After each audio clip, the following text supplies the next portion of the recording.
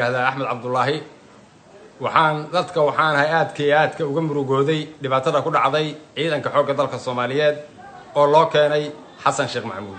haddana Xasan Sheekh Maxamuud wax ma dhimin wax noo dhimay baarlamaankan codsiga iyo qoraalka iyo hadalka iyo banaanbaxa intaba u dhiibanay saxuuntana nagu gambiyay wax noo dhimay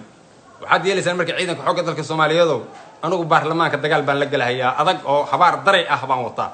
oo waan maqli jirteen bambeel maseeko habaar seekaan wataa idinkana waxaan idinka codsanayaa ciidanka xoogga dalka Soomaaliyeed xabad seeka baarlamaanka inaad ula tagtaan xabad seeka ah oo daray ah inaad ula tagtaan baarlamaanka idinka codsanayaa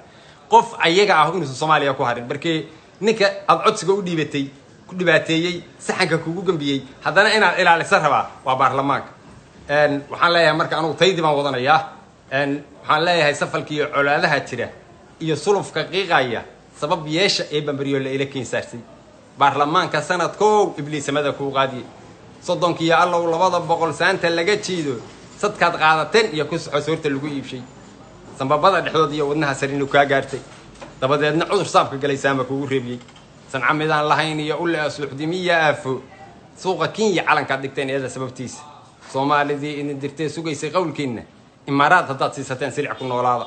saddex idin lah niman idin salaamaynin suntiya qarax waa badan yahay idin ma seereeyo saantii aad qaadaan ku dhacaba hore sayn saaban sarab iyo si tir qalala sabab ilaahay samadiya dhirtiya geeduhuba idin ku soo jeestay waa sida uga sheen ciidanka salal ku noolaada hasal dhigina khasad qaan hasal salha dhigina saqa inama lagu sameeyeen naftu Soomaaliya ay socoto oo ilka lagu seexsho isla kuma salaamay ibliis shacabka ku horsay sawigu ku dhaho ha ku haysuruna hawlahan wadada israaq maalinkii ku socod qaado naartii salkeedii galo seexda gudaheeda dadka Soomaaliyeed qofba meel budagaal kaga jira anigu baarlamaanka xabadahaas kuwa kale oo ka sii badan oo ka sii shilkaysan waa u soo hayaa ciidanka xoogga dalka Soomaaliyeed waxaan ka codsanayaa afkayga ula tagay anigu qori mootay afkayga ula tagay gacan inaan u tagtaan xabad ula tagtaan baarlamaanka inaan ka codsanay